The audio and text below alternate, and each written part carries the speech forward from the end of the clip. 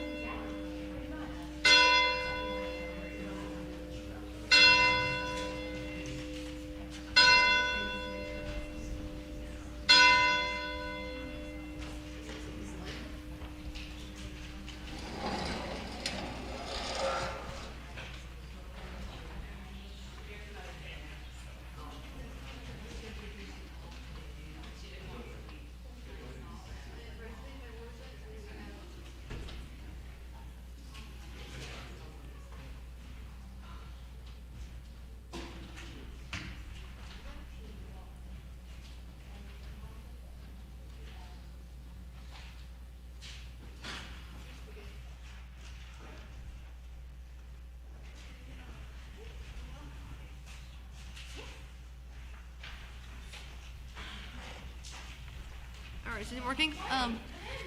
Morning. Good morning. Good morning. Good morning. Welcome to the worship service of the First Unitarian Church of Hobart. My name is Medea Akapashvili. My pronouns are she and her, and I participate in the life of the church by worship. We are a religious community of people with diverse beliefs and shared values. Our diverse beliefs are expressed in our 6 sources, and our shared values are expressed in our 7 principles. Both can be found online, uua.org. Together we strive to grow spiritually, build community, and live our values in the world. Announcements? What about announcements? Do we have any announcements this morning? Announcements? No? Okay, great. Our minister, Pastor Tom Bozeman, is in the pulpit today.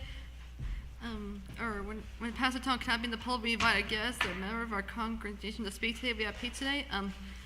We are currently streaming our services online. The joys and sorrows portion of our service, however, is private. We will take a break from streaming during the portion of the service. Other than that, the service will be recorded and be available for future viewing on Facebook, YouTube, and the church website. Wearing masks is optional right now, but if you are ill, if you think you have contact with anyone who has COVID, please attend virtually. Please let your Facebook and Twitter friends know you are attending worship at hashtag First Unitarian Church Hobart. Now please silence your devices and take a deep breath and join us in the spirit of reverence. Thank you.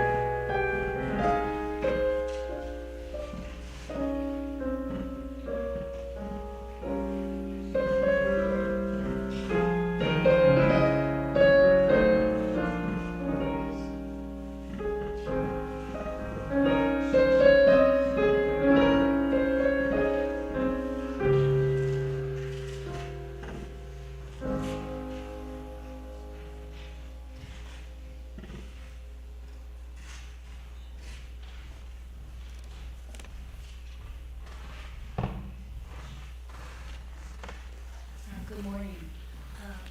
We do the chalice signing. Please stand if you are able and say with us. We gather this hour as people in faith, with joys and sorrows, gifts and needs. We light this beacon of hope, sign of our quest for truth and meaning, in celebration of the life we share together.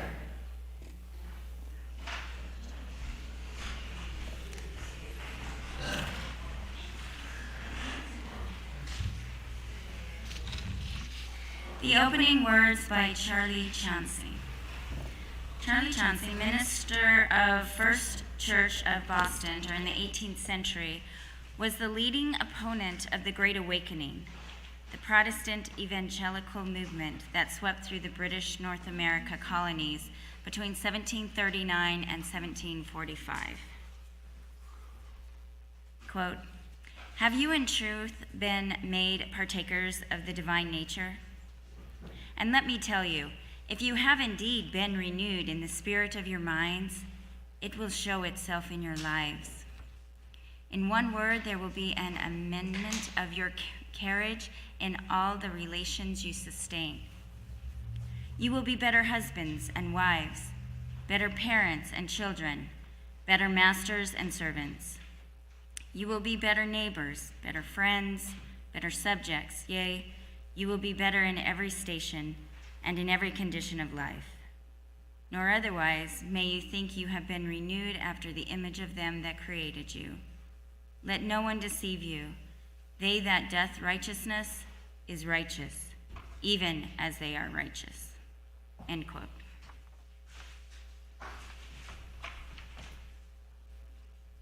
I invite you to open your gray hymnals to hymn 34, Rise in Body or Spirit, and join in song.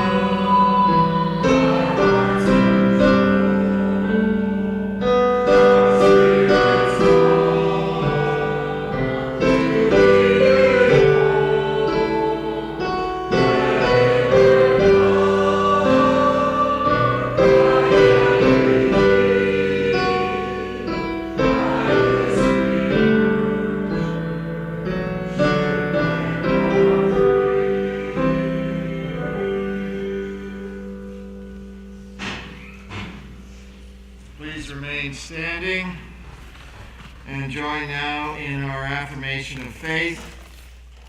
Words are printed on the laminated handouts in the pews and in your order of service. Love is the doctrine of this church.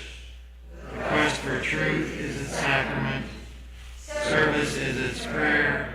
And this is our covenant, to dwell together in peace, to seek the truth in love, and to help one another. Now this is where we greet our neighbors We are striving to create a worship space which is both spiritual and safe. However, we recognize that not everyone can attend in person. We extend a special welcome to everyone who is joining us virtually today. Thank you to our tech team for making this live streaming and recording possible. For those present in the sanctuary, please take a moment to greet your neighbor by waving your hands and letting the warmth of your smile fill the spaces between us. No touching, please.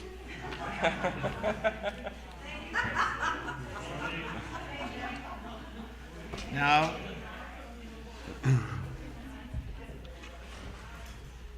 time for the doxology.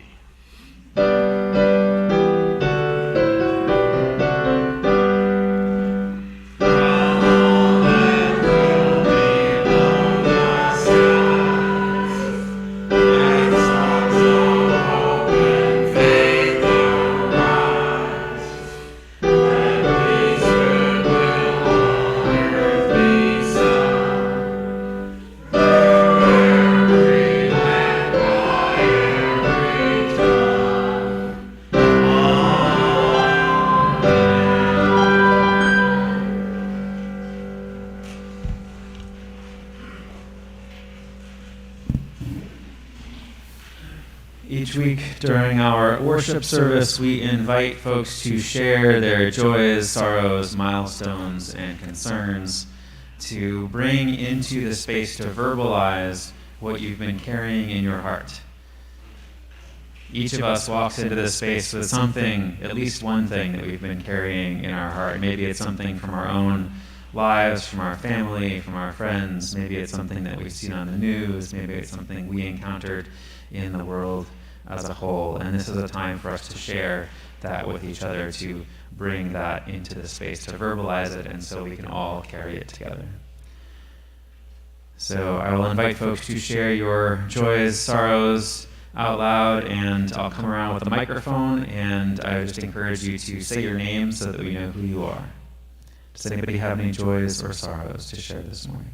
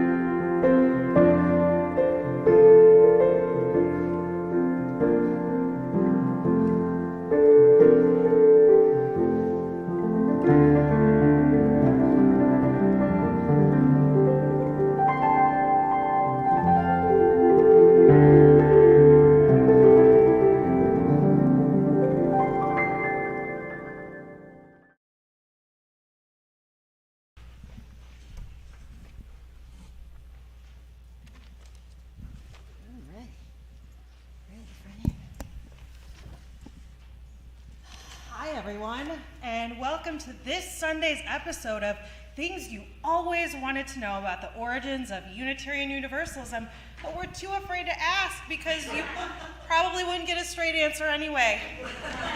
I'm your host, Kristen Schumacher, and I'm here with my special guest, Maggie Reister, who is president of the UU Historical Society, which may or may not really exist. Today... Good morning, Kristen. So glad to be here. Thank you so much. Today, Maggie is going to fill us in on a really complex character from our UU history, someone I've never even heard about, Charles Chauncey. I might say that Charles is a bit of a complex character, but that's kind of a euphemism, isn't it, Maggie? Yeah, that's kind of code for, he was a member of the elite, and I'm not sure he was such a nice guy, but he was a big deal in Unitarian history, Kristen. Right.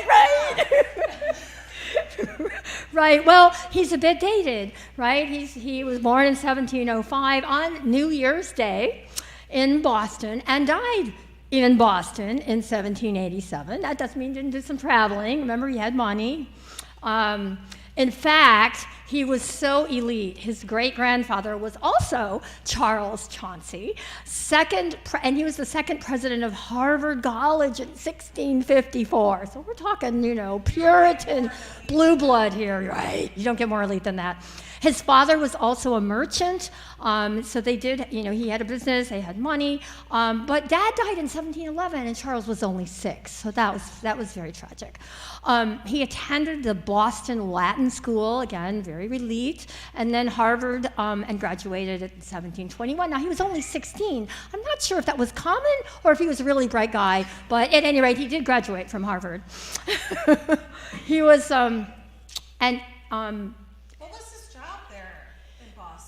right. Well, once he graduated and started his career, he was called a few years later by the First Church in Boston. So he was a minister. The First Church in Boston was also called Old Brick. Not sure why. It's the oldest congregational church in Boston. The congregational churches became Unitarian churches, so these are kind of the churches before we were called that. He served from 1727 until his death in 1787. That was 60 years. 60 years. I know. Well, just think of it. I mean, the good old days when you could really get a settled minister.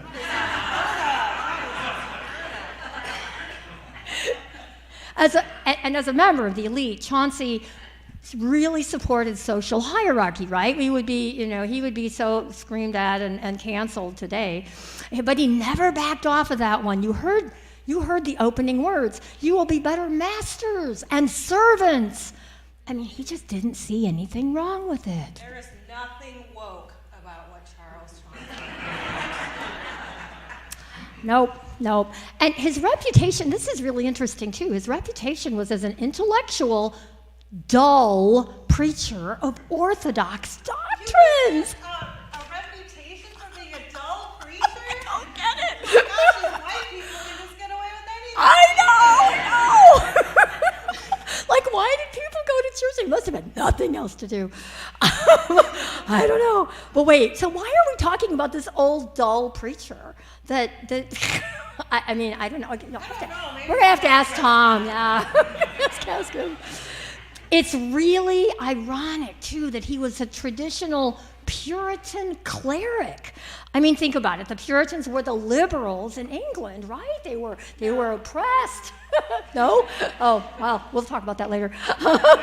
They were the oppressed, right? They wanted religious freedom, and they came to, America so they could have freedom, and they were the protesters. But when they came here for religious freedom, they were our covenantal ancestors, right? We always refer back to the Puritans and the first covenants, but now 100 years later, they're the ruling elite. And very conservative too, right? You got that right.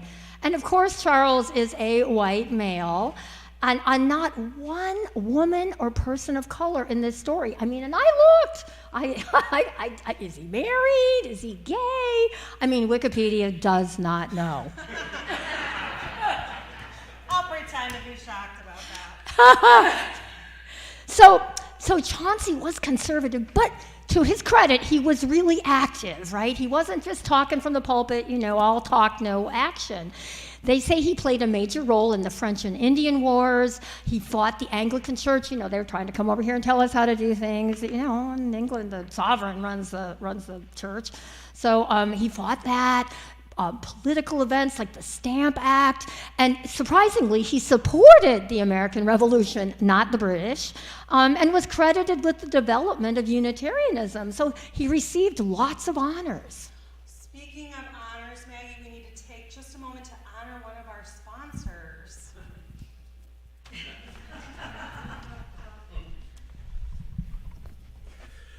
Do you have your sights set on winning your congregation's annual chili cook-off?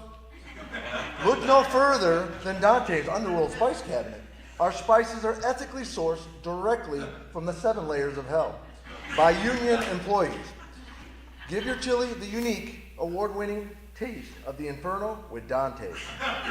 Use the promo code UU46342 at checkout to receive 20% off your purchase. And we're back, Maggie. Oh, great. That was awesome. Thank you. So please tell us more about this Charles Chauncey. I'm not sure I'm getting the whole picture here. Right. Well, let's put it in context, Kristen. What was going on at the time? Yeah, a big part of what was happening in the 18th century was the movement called the Enlightenment. You've probably heard of it from history class. The Enlightenment was rooted in reason. Ideals such as liberty, progress, tolerance, constitutional government, and separation of church and state, these were all new ideas. People could read. They were just starting to, read and talk about things and have opinions. It led to a lot of revolutions, not just in this country, but all over the world. New governments with constitutions instead of monarchs, so lots of change. And Chauncey was on board with the Enlightenment and said Christianity is a practice of philosophy and human reason. His sermons were intellectual, but enlightened. So he had good job security. I see, and you know what? Now that you mentioned all that, I can start to make the connection with our foundational principles here in our church. Yeah, but on the other hand, it's always good to have an enemy. What are we against? Not just what we're for. And I think that's what made him sort of famous, because between 1720 and 1740 was the Great Awakening, which was a movement that began years of revival meetings across the colonies. And it didn't matter which flavor of Christian, Catholics and Protestants, et cetera, they were all having these big revival meetings. Right, with all these new ideas coming about, it would be hard to stop something like that. Oh yeah, it was a huge movement. And that was Charles Foyle. He led the opposition to religious enthusiasm. You wouldn't want to be too enthusiastic, would you? But surprisingly, Charles was supportive of spiritual renewal. But he got nervous when he witnessed people crying out and fainting at meetings. He didn't know that he wasn't for that. He was a New Englander. He's very, very stodgy.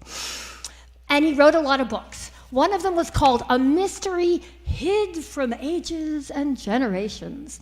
The funniest thing about this is he wrote it in 1865, but he didn't publish it until 20 years later. But I did find out that he passed around copies, so people actually were reading this. So he must have been really conflicted. He lifted up innate moral sense in humankind. And he admitted that he believed in universal salvation, which was also controversial, right? No, our brand of salvation is the only one that's going to work, and the rest of you are going to hell.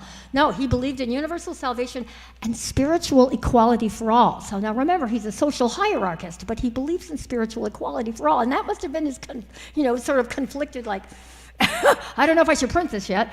That must have really disturbed him, and remember, the master and servant comment from the opening words. I just think he was confused. But ultimately, he was an influencer.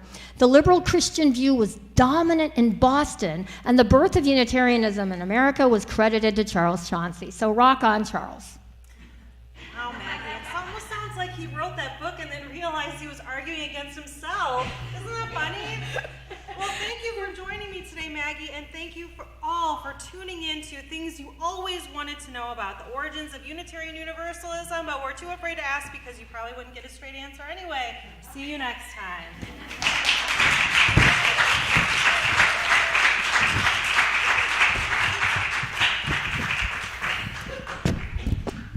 I invite you to open your hymnals to our next hymn. What's the number? Unfortunately, I didn't write it down. 1007. Sorry, teal hymnal 1007. Rise in body or spirit.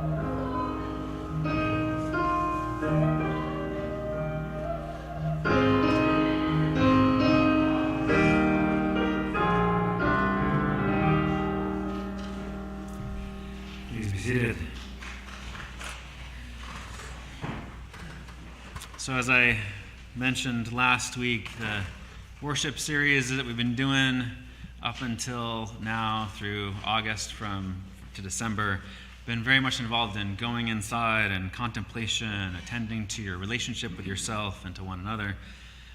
And now that we've got this season of new light, I'm turning our attention toward outward motion. How are we showing up in the world? What actions are we taking?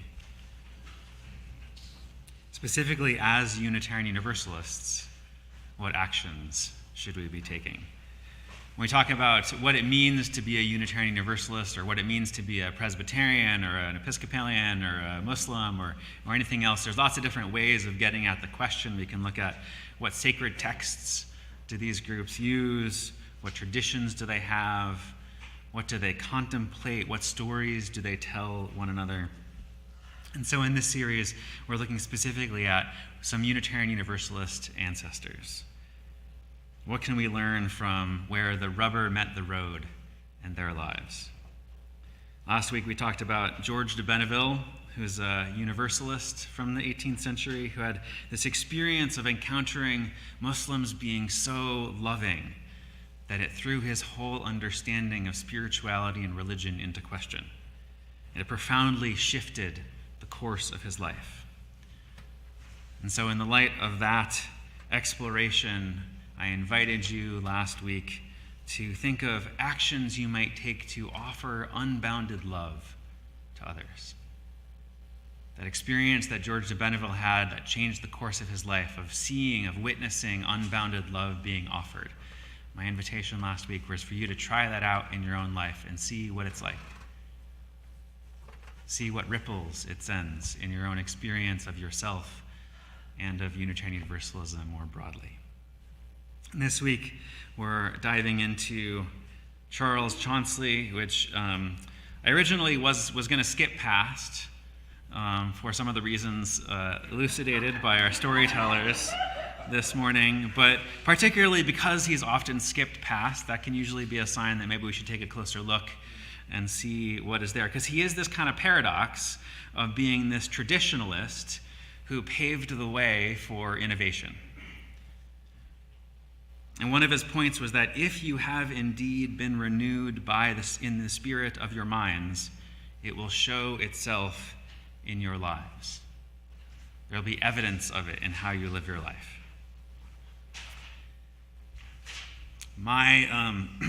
The experience with evidence-based analysis struck home for me the most when I had my job as a door-to-door canvasser, which I like to talk about a lot because it happened when I was at a key, pivotal time in my early 20s.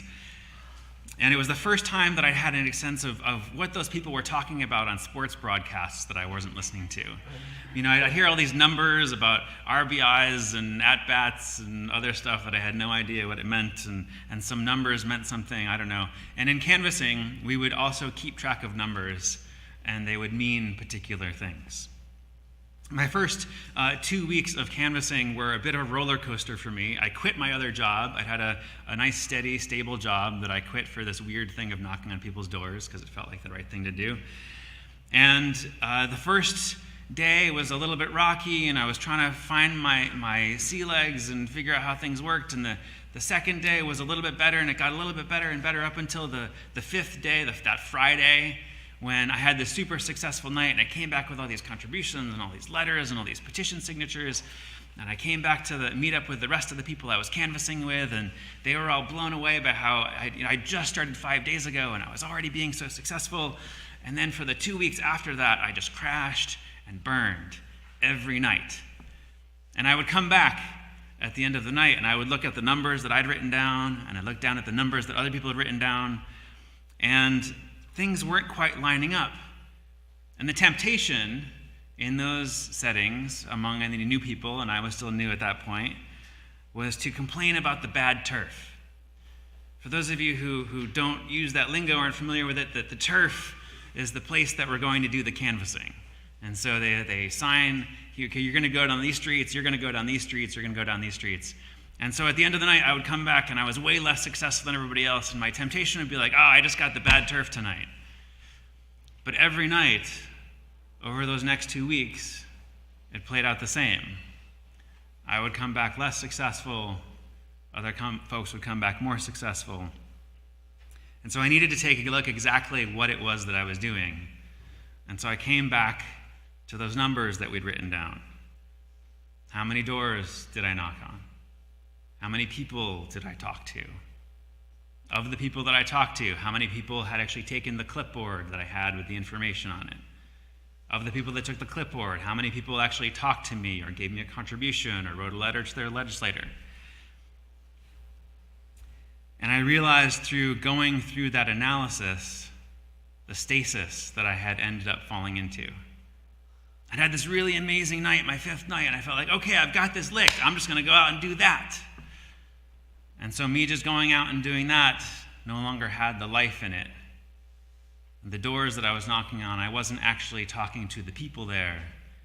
I was talking to my prospect, the person that was going to fulfill my objective. The stasis that I'd fallen into ended up becoming decline. And the only way I was able to find my way out of it was just seeing where the numbers didn't quite line up, taking a closer look at things. We can fall into habits of how we see things, fall into our usual way of doing things that just becomes automatic. That's part of how our brain is built to function, because if we had to encounter everything new continuously, we wouldn't have the brain power to actually engage in life. So our brain takes things and say, okay, I understand that. We're going to put that over here as the thing we've already figured out, and we'll pay attention to the new thing. And so it can take some effort to engage in that newness. But anybody who's ever redecorated a living room or done a renovation on a house knows the positive aspects of some of that renegotiation, of some of that renewal. So in this congregation, in this context, what do we look for? Where do we look when we start to think about or wonder how we might do things differently? What do we pay attention to?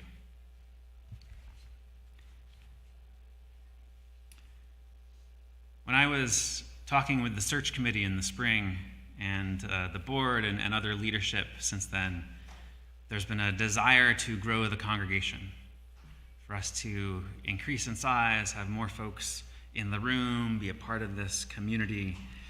Growth, we can fall into a numbers game just like in canvassing. I could easily say, oh, well, I'm supposed to get 20 petition signatures. And so then I would go to the doors and try to pressure people into signing my signatures, putting their signature down. But it's not about the numbers, it's about what is underneath that. How are we actually engaging with folks that has things turn out differently? So I'm curious here, does anybody know the percentage of people in Lake and Porter County who are members of a Unitarian Universalist congregation? The percentage. Less than 1%. What were you saying, Maggie? 0.00. So we have at last official count, we've got 68 members in this congregation on the books. How many folks live in Lake and Porter County total population? About 675,000 people. So that's about 1 in 10,000 people in Lake and Porter counties are members of a Unitarian Universalist congregation. Would we like there to be more Unitarian Universalists in the world than there are? I see some nods, some yeses going around the room. So we haven't had a totally, rosy history. As we talked about, Charles Chauncey was a conflicted figure. It's not like suddenly everybody's Unitarian Universalist and everything's peachy keen and wonderful. But we have had some positive impacts on the world, from being key players in the abolitionist movement in the 19th century to the civil rights movement in the 20th century, and being a key in the initial Roe v. Wade case that in the 70s, along with key in the Pentagon Papers being published, as well as the plaintiffs around marriage equality and protecting democracy in more recent years. Unitarian Universalists have often been in key roles of making society a better place. So if we're able to nudge it up a bit from being 1 in 10,000 in this part of the world to maybe even being 1 in 1,000, that would be amazing. That would be amazing. So if you were to just look inside, how are we already making that possible? And how are we also making that harder? Because I would bet you we're doing both of those at the same time. Making it possible for there to be more Unitarian Universalists in this part of the world, and also having roadblocks or things that are making that harder for us to do.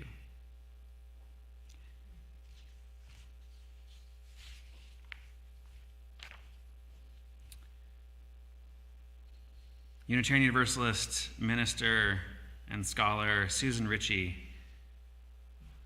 who's one of the folks that people call when they have a question about Unitarian Universalist history. They say, I'm going to give Susan Ritchie a call.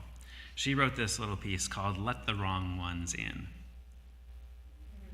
We often speak of the mantle of leadership as involving an inheritance from the past.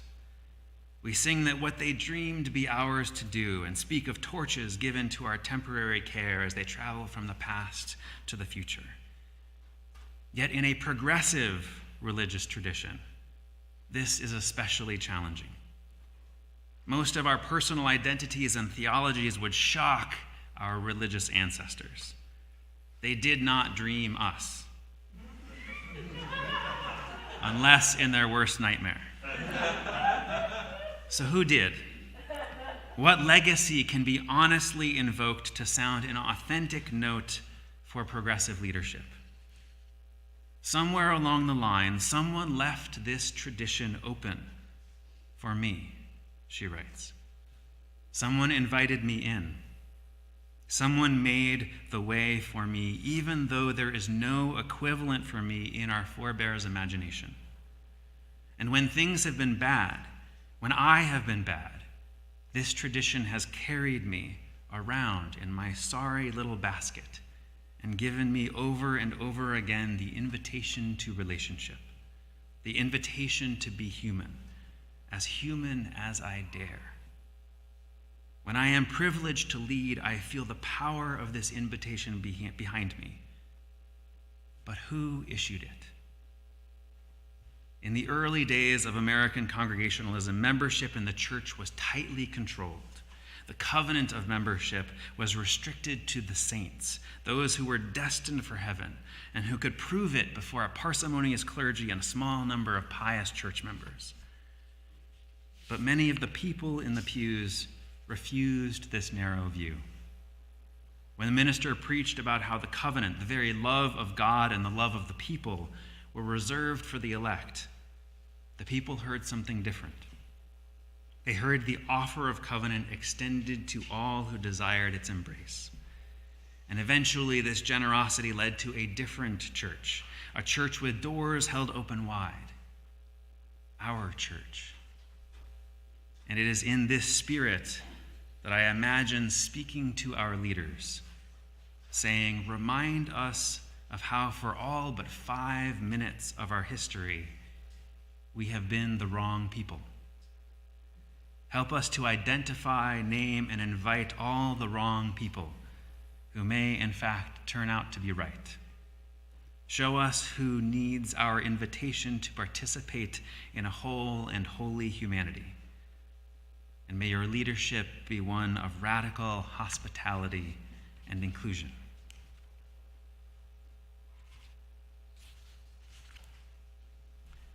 Chauncey wrote his big theological statement and waited for 20 years to publish it because he was committed to reason, and through his reason, he found his way outside of the doctrine that he had received.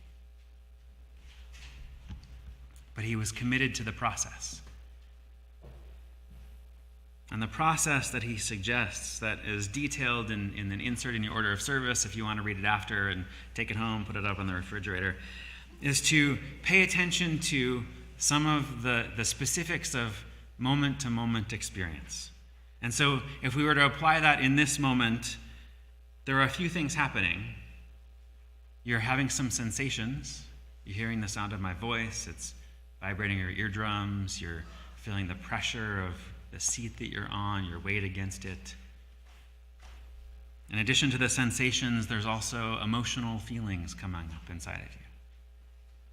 Maybe it's excitement, maybe it's boredom, maybe it's curiosity.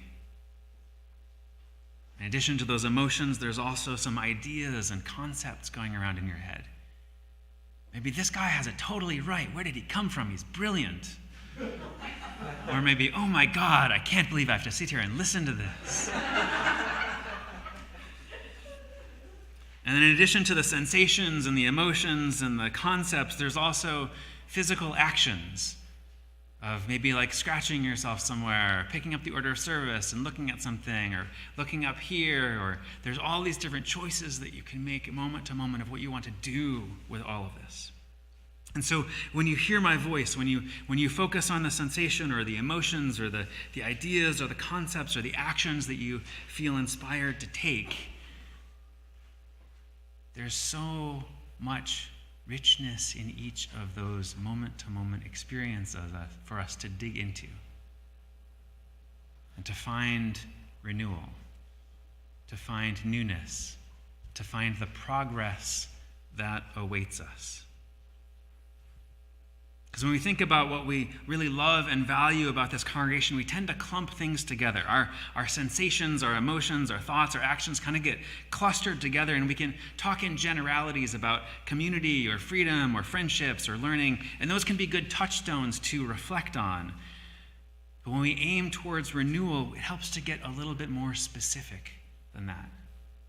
Because when we get more specific, we can find ourselves in places that we didn't realize we might end up going.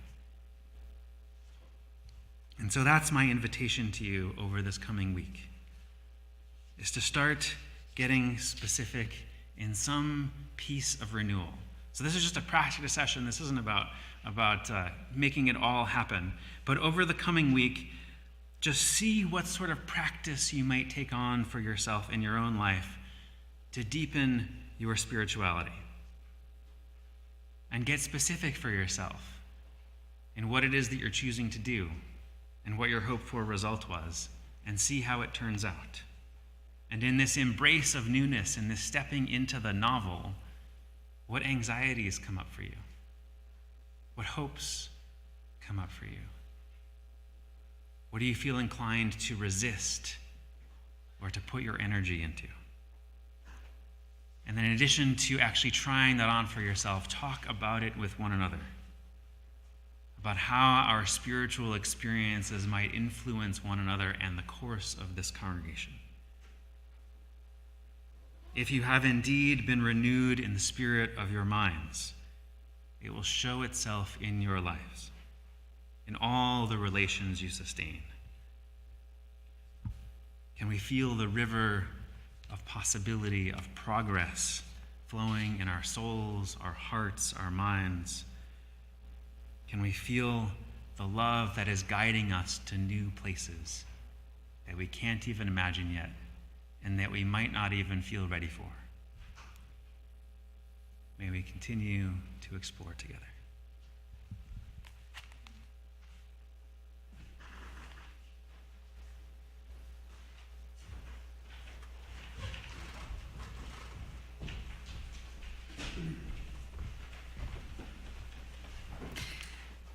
So just have a seat for right now, and I'll call you up in just a second. It's the first of the month, so I just wanted to say thank you for being here. It's a time in our service when we do our offering. We give to remind ourselves how many gifts we have to offer. We give to remember that we are part of something bigger than ourselves. We give because we believe in music and in friendship, and we give with the faith that together we have enough. So we take two offerings.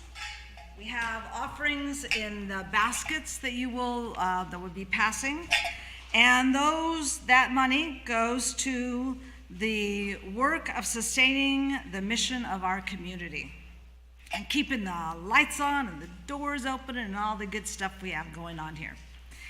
We also take money in 10 cups. And that money goes to our Faith and Action Ministry and to a different charity or organization or project, often changing every month and sometimes going more than 1 month, as I'm about to explain to you. We are embarking on what I believe is a bold and ambitious project, and we'll be collecting money over a couple months for what we call the OWL program, which is an acronym that's in your order of service card called Our Whole Lives. But I'm going to call Ruth up to tell us a little bit about the OWL program, because Faith and Action is working with Religious Education Ministry in order to offer the OWL program beyond our doors to the wider community so that we can grow spiritually, build community, and live our values in the world. Thanks, Cindy. So Our Whole Lives is a comprehensive, developmentally appropriate sex education program, sexuality education program. And we have, Michelle and I are trained in being teachers of this for the 7th, 8th, and 9th graders. And Kristen and John have expressed interest in also being trained. The training is around $400, and we're trying to get online so we don't have to travel as well for these trainings. We're also looking for other interested people that might be interested in training to be teachers. So I think this is just an amazing program. I put my kids through it because how often have we told ourselves, or in conversation with other people, geez, I wish I had a better sex education than the school system gave me or my parents gave me. Just raise your hand if you have ever had that thought, right? I hear it all the time. Well, the Unitarian Universalist Church has come up with that program. I have studied it, I love it, I am so enthusiastic about this. And we don't really have a big RE program right now with kids. So we want to reach and offer this to the community. We have such an amazing program to give to the community and fulfill that need that we all raised our hand in. The school systems are still failing our kids, and it's so awkward as parents. I'm a sex therapist, and my kid never wanted to come to me to talk to me, and I understand that because that's awkward. So we need trained people, and that's what this money is for. We are offering this to our community. We are spreading our wings in the community, offering a great service, and maybe bringing some people in to become members as well, helping with those statistics that Tom just talked about. So it's just a win-win all over the place, but we don't have the line item on the budget yet for it.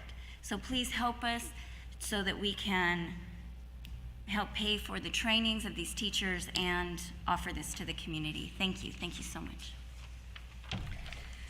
So just to clarify, FIA is committed to, out of our budget, to supporting with the training for this because we believe in adults being trained to be able to provide the service. The money in the 10 cups would go to supplies for the program, snacks, and other things to really make this program happen in practice. So that's what you're providing today. And we will have other opportunities to talk about this as a congregation and help us understand exactly what this is so that we can be, that we can support this the best way that we can. So now, and thank you for your patience this morning. For those who are not here physically today, there is an online link on the screen for both one-time and regular donations. And so now, if I could have 4 volunteers, please, to come forward and carry the baskets and cups, I would appreciate it.